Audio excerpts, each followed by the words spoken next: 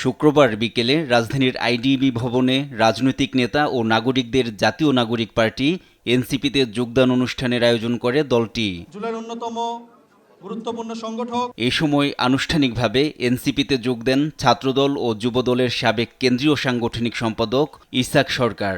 রেলের অনিয়ম দুর্নীতি নিয়ে প্রতিবাদের মাধ্যমে পরিচিতি পাওয়া মহিউদ্দিন রনি এবং কন্টেন্ট ক্রিয়েটর নুরুজ্জামান কাফি সহ বেশ কয়েকজন। এদেশের জনগণ কিন্তু পরিবর্তন চায়। যদি পরিবর্তন না আনেন কিভাবে পরিবর্তন আনতে হয় সেটা রাজপথে আমার আন্দোলনের মাধ্যমে প্রমাণ করে দিব। এবং আমরা যদি সবাই সচেতন হই, একসময় সারা বাংলাদেশ একটা সুন্দর রাষ্ট্রে পরিণত হবে। তো আমরা সেই সুন্দর রাষ্ট্র বিনিময়ের জন্য আমরা সবাই একজোট হওয়া শুরু করেছি। মানুষ সত্যের পক্ষে কথা বলবে, তার অধিকার ফিরে পাবে, ইনসাফের পক্ষে লড়ে যাবে, হাজি হত্যার বিচার চাবে। এটা তো এনসিপি রিলেটেড। এনসিপির নেতারা বলেন, জনগণের স্বার্থে এনসিপির নেতৃত্বে দেশকে এগিয়ে নিতে কাজ করবেন তারা।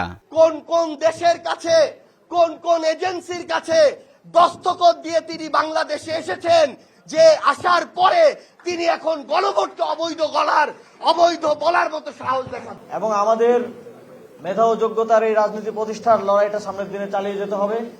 সেজন্য আমাদেরকে সারা দেশে সাংগঠনিক শক্তি বৃদ্ধি করতে হবে। দলের আহ্বায়ক ও বিরোধী দলীয় চিফ হুইপ নাহিদ ইসলাম বলেন, জনগণকে সঙ্গে নিয়ে ঐক্যবদ্ধ হয়ে দেশের স্বার্থ রক্ষায় কাজ করবে এনসিপি।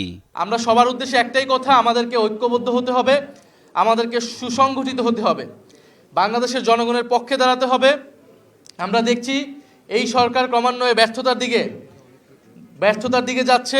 অর্থনৈতিক ফেসিবাদের সঙ্গে জড়িত নয় এমন নাগরিকদের দলে আনায় কাজ করার জন্য নেতাকর্মীদের আহ্বান জানানো হয় এনসিপির পক্ষ থেকে।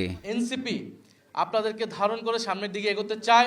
এনআই নাহিদ, দেশ টিভি, ঢাকা।